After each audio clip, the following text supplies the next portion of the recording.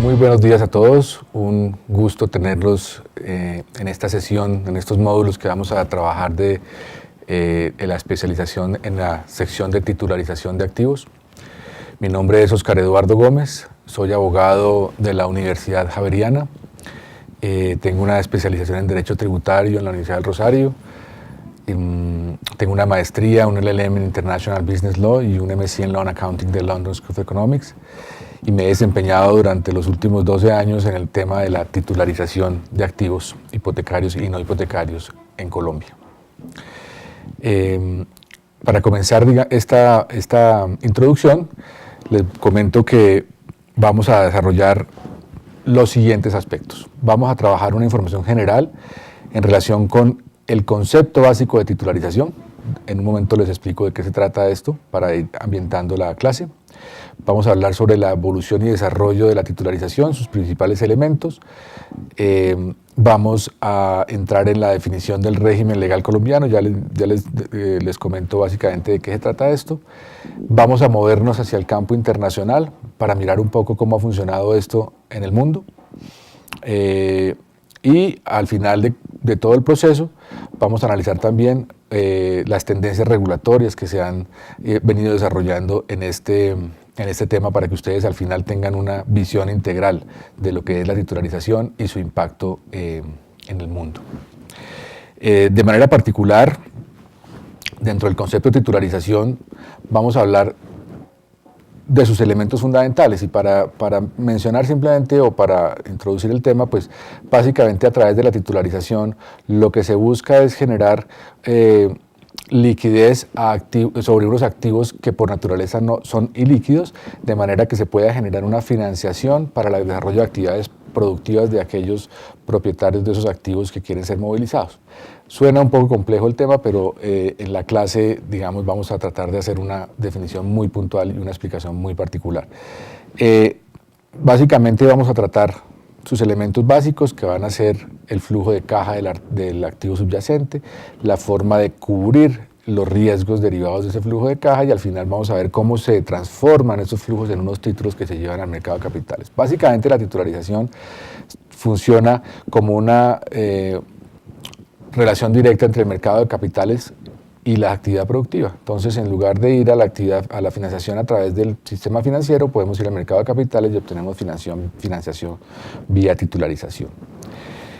En Colombia vamos a tratar entonces también el régimen de la titularización en Colombia. En Colombia este esquema lleva funcionando aproximadamente unos 20 años, pero en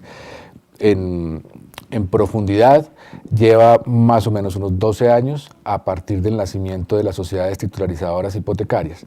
Entonces, para entrar a entender el régimen en Colombia y qué es lo que ha pasado en el país en relación con esta operación, pues vamos a establecer claramente los orígenes y la estructura actual de este producto en Colombia. Y en ese sentido vamos a entrar a analizar los modelos de titularización vigentes, vamos a entrar a analizar las titularizaciones especializadas y no especializadas, vamos a entrar a hablar de las titularizaciones de activos hipotecarios y no hipotecarios, vamos a mirar el régimen desde la perspectiva del mercado de valores, vamos a mirar el régimen desde la perspectiva de las autorizaciones de ofertas públicas, que me imagino ya las están revisando en este módulo, vamos a mirar también los esquemas de colocación de los títulos en el mercado de valores, vamos a hablar de ofertas públicas, de subastas, vamos a entender claramente cómo funciona ese mecanismo para llegar al mercado de capitales. Algunas referencias al régimen contable, dada la importancia que tiene este asunto en cualquier tipo de operación financiera y no financiera, y teniendo en cuenta además que las normas contables en Colombia pues están siendo ajustadas por la entrada en vigencia de las NIF, como lo deben ustedes conocer. Vamos a mirar algunos aspectos muy interesantes jurídicos sobre la transferencia de los activos para titularización y algunas regulaciones innovadoras en relación con el procedimiento de transferencia, de manera que podamos tener una visión integral del régimen en Colombia. De manera particular, también vamos a analizar el régimen de titularización hipotecaria en el país. El régimen de titularización hipotecaria en el país ha sido muy importante en la movilización de la cartera hipotecaria para la generación de mayor vivienda para los colombianos. Claramente ha sido parte de un esquema de política pública definido a partir de la Ley 546, que al final ha resultado en una disminución de tasas de interés y un mayor volumen de recursos disponibles para la financiación de la vivienda en Colombia. Vamos a entender de dónde sale este régimen en Colombia, vamos a analizar los orígenes de la crisis financiera del año 98, los fundamentos y desarrollos del mercado hipotecario a partir de la titularización y los resultados actuales de este proceso en beneficio pues, de los colombianos y en desarrollo de la política pública del país. De manera paralela, vamos a analizar cuál ha sido el tránsito en la regulación y en el mercado colombiano para la titularización de activos no hipotecarios, que ha sido otro de los, digamos, desarrollos que ha generado este esquema de titularización a partir del éxito de la titularización hipotecaria. Entonces vamos a entrar a entender cómo la regulación ha definido el esquema de titularización no hipotecaria. Nuevamente vamos a mirar los tipos de vehículo de propósito especial que se utilizan para esta operación y los desarrollos que ha habido tanto, en este punto tanto a nivel internacional como a nivel local. Adicionalmente vamos a analizar algunos casos prácticos, porque a mí me parece muy importante que la teoría que estamos revisando en este contexto pueda ser materializada en algunos casos prácticos. Entonces tendremos dentro de la revisión que haremos en estas 2 sesiones unos casos prácticos en donde ustedes podrán ver claramente la aplicación de los criterios teóricos que vamos a desarrollar. En términos de bibliografía, pues claramente vamos a tener que revisar pues la ley 1328, vamos a tener que revisar la ley que es la reforma financiera del año 2009 con su exposición de motivos, en donde vamos a encontrar algunas referencias a la titularización hipotecaria y la creación de la titularización no hipotecaria. Entonces les recomiendo hacer esa revisión. Claramente tendremos que revisar en detalle el decreto 2555 en los capítulos correspondientes a la titularización de activos hipotecarios y no hipotecarios, la ley 546 del 99, su exposición de motivos y el contenido de las definiciones del crédito hipotecario, de los activos hipotecarios y de la titularización hipotecaria, porque allí van a encontrar gran parte de los fundamentos de las explicaciones que vamos a desarrollar en esta clase. Adicionalmente, vamos a revisar la circular externa 47 de 2008 de la Superintendencia Financiera. Ese es un documento muy importante porque en ese documento van a encontrar un resumen muy interesante de los elementos de la titularización y de la forma en que se aplica en Colombia, digamos, materializando la regulación contenida en la ley y en los decretos. En relación con las lecturas, hay una serie de documentos que hemos puesto a su disposición, que la mayoría pues están en inglés porque básicamente la información que existe sobre este tema está digamos, documentada en inglés. Sin embargo, pues ahí les recomiendo su lectura. Es una información muy importante que les da una visión global sobre el esquema de titularización y su importancia en el mundo.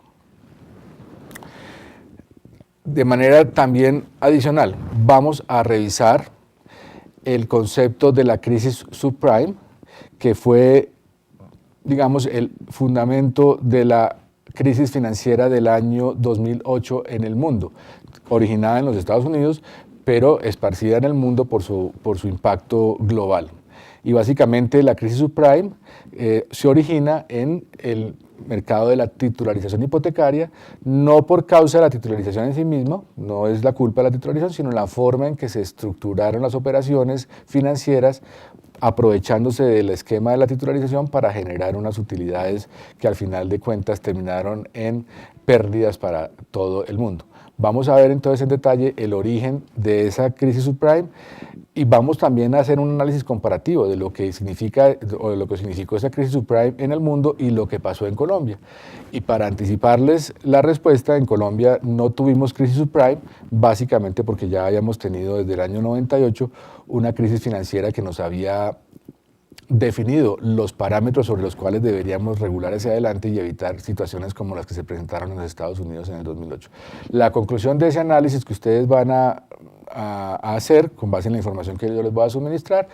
Probablemente será que en Colombia estábamos muy adelantados en el tema del mercado hipotecario, en la definición de las condiciones de desarrollo de un mercado hipotecario, en la definición de las condiciones de un mercado de titularización, de manera tal que lo que hicimos en Colombia después de la crisis del 98, como lo veremos, en estos momentos todavía está en proceso de implementación en los Estados Unidos como resultado de la crisis. Entonces vamos a analizar esos puntos. Para efectos de ilustrarles de una manera muy gráfica el concepto de la crisis subprime, vamos en este momento a mirar un corto video que les quiero compartir para efectos de su ilustración. The crisis of credit, visualized. What is the credit crisis? It's a worldwide financial fiasco involving terms you've probably heard like subprime mortgages, collateralized debt obligations, frozen credit markets, and credit default swaps. Who's affected? Everyone. How did it happen? Here's how. The credit crisis brings two groups of people together, homeowners and investors. Homeowners represent their mortgages, and investors represent their money.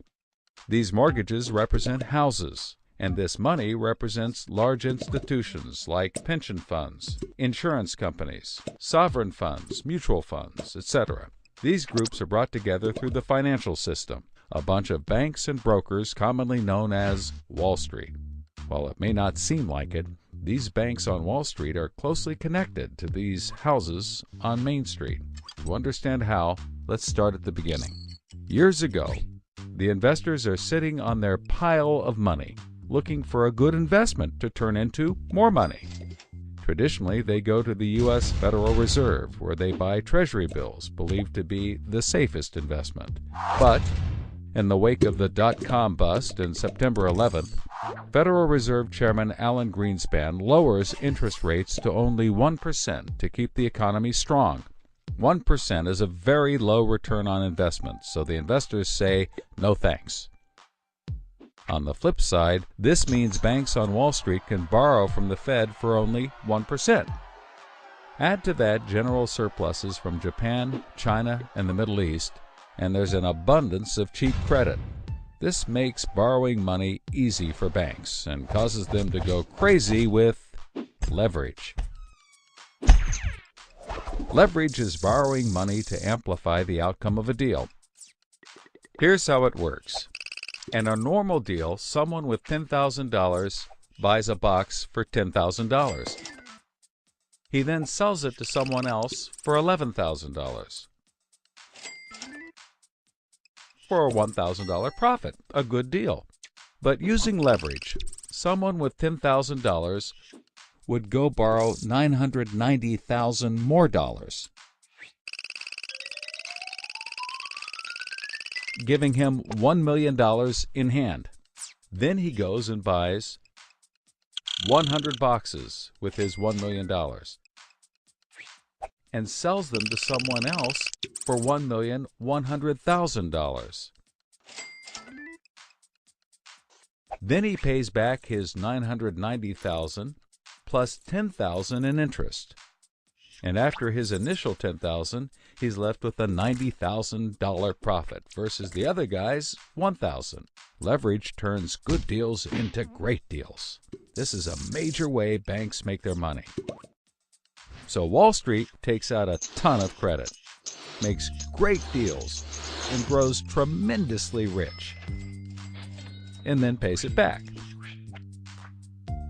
The investors see this and want a piece of the action, and this gives Wall Street an idea. They can connect the investors to the homeowners through mortgages. Here's how it works. A family wants a house, so they save for a down payment and contact a mortgage broker. The mortgage broker connects the family to a lender who gives them a mortgage. The broker makes a nice commission. The family buys a house and becomes homeowners. This is great for them because housing prices have been rising practically forever. Everything works out nicely. One day, the lender gets a call from an investment banker who wants to buy the mortgage. The lender sells it to him for a very nice fee. The investment banker then borrows millions of dollars and buys thousands more mortgages and puts them into a nice little box. This means that every month he gets the payments from the homeowners of all the mortgages in the box. Then he sicks his banker wizards on it to work their financial magic, which is basically cutting it into 3 slices: safe, okay, and risky. They pack the slices back up in the box and call it a collateralized debt obligation, or CDO. A CDO works like 3 cascading trays. As money comes in, the top tray fills first, then spills over into the middle, and whatever is left into the bottom. The money comes from homeowners paying off their mortgages. If some owners don't pay and default on their mortgage, less money comes in and the bottom tray may not get filled. This makes the bottom tray riskier and the top tray safer. To compensate for the higher risk, the bottom tray receives a higher rate of return, while the top receives a lower, but still nice return. To make the top even safer, banks will insure it for a small fee called a credit default swap. The banks do all of this work so that credit rating agencies will stamp the top slice as a safe, AAA rated investment, the highest, safest rating there is. The OK slice is BBB, still pretty good, and they don't bother to rate the risky slice. Because of the AAA rating, the investment banker can sell the safe slice to the investors who only want safe investments. He sells the OK slice to other bankers, and the risky slices to hedge funds and other risk takers. The investment banker makes millions. He then repays his loans. Finally, the investors have found a good investment for their money, much better than the 1% Treasury bills. They're so pleased they want more CDO slices. So the investment banker calls up the lender, wanting more mortgages. The lender calls up the broker for more homeowners, but the broker can't find anyone. Everyone that qualifies for a mortgage already has one, but they have an idea.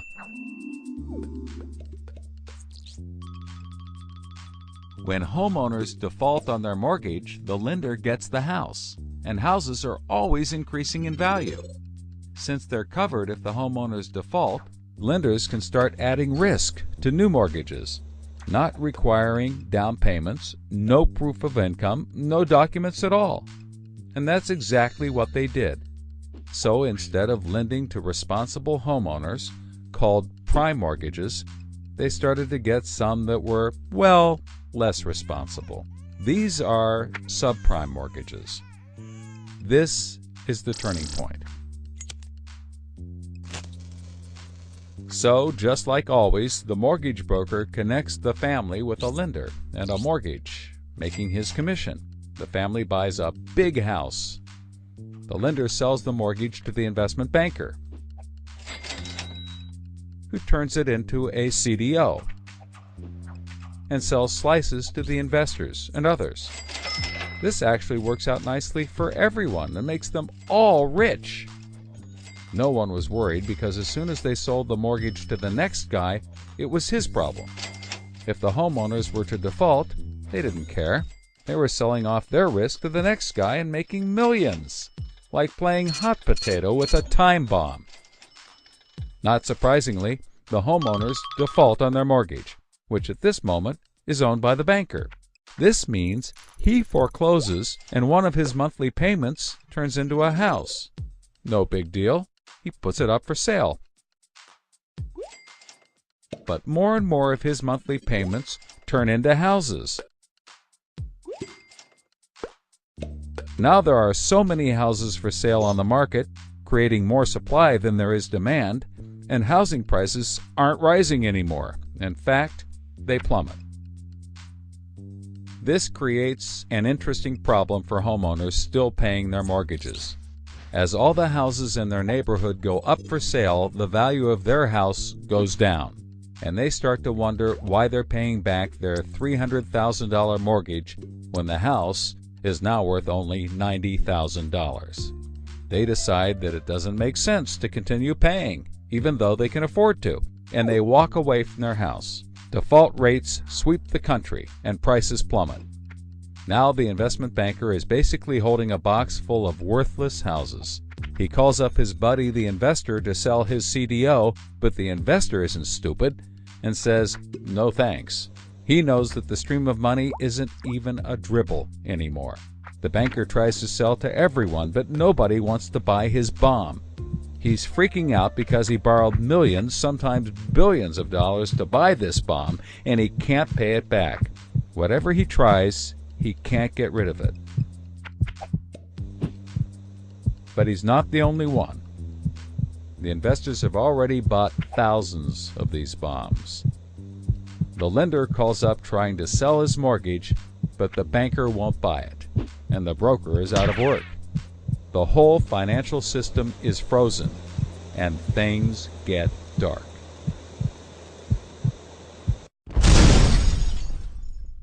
Everybody starts going bankrupt. But that's not all. The investor calls up the homeowner and tells him that his investments are worthless. And you can begin to see how the crisis flows in a cycle. Welcome to the crisis of credit. Bueno, espero que con este video, que es muy ilustrativo, les haya quedado de alguna manera clara la primera visión de lo que fue la crisis subprime, y de ahí para atrás poder entender un poco lo que vamos a desarrollar en la clase en estos dos módulos. Bueno, diciendo esto, entonces al final de nuestra sesión vamos a tratar de revisar a partir de la crisis qué es lo que se está haciendo en el mundo en temas regulatorios. Y para eso vamos a hablar de algunos aspectos que se han venido implementando en la regulación americana, temas como por ejemplo las obligaciones de los originadores y de los emisores de mantener los riesgos en las titularizaciones, lo que se denomina el skin in the game. Vamos a analizar de qué se trata esto y algunos desarrollos posteriores que se han venido dando a partir de la regulación contenida en la Dodd-Frank Act y regulaciones internacionales contenidas en IOSCO y algunas posteriores del régimen regulatorio americano. Entonces, ya en materia de metodología, esta es una clase que implica o que requiere la participación de los estudiantes. Aquí no se trata de una cátedra magistral, esta es una clase que requiere la interacción con los estudiantes. Yo promuevo que los estudiantes participen y pregunten. En la medida en que haya más preguntas, pues podemos aclarar los conceptos de manera que quede claro al final de la clase de qué estamos hablando. Entonces los invito a que sin ninguna limitación puedan formular sus preguntas, puedan intervenir y podamos interactuar conjuntamente en la clase. El examen es un examen oral, como lo establece la universidad, y básicamente consiste en unas preguntas que ustedes escogen de un número de preguntas que yo les traigo. Obviamente son la escogencia, pues no saben la pregunta, simplemente la sacan y les toca por suerte, y son 3 preguntas que creo con las cuales podemos evaluar el entendimiento de la clase. 3 o 4 preguntas, vamos a ver cómo lo manejamos, pues son 3 o 4 preguntas. Esa es una modalidad que cubriría el 100% de la nota. Hay una segunda posibilidad para quienes quieran tomarlo, y es hacer un trabajo escrito sobre un tema puntual que quieran desarrollar para el módulo, relacionado obviamente con la titularización. Para ese propósito, ese trabajo escrito tendría un porcentaje del 20% del total de la nota, el 80% restante sería el examen oral que haríamos.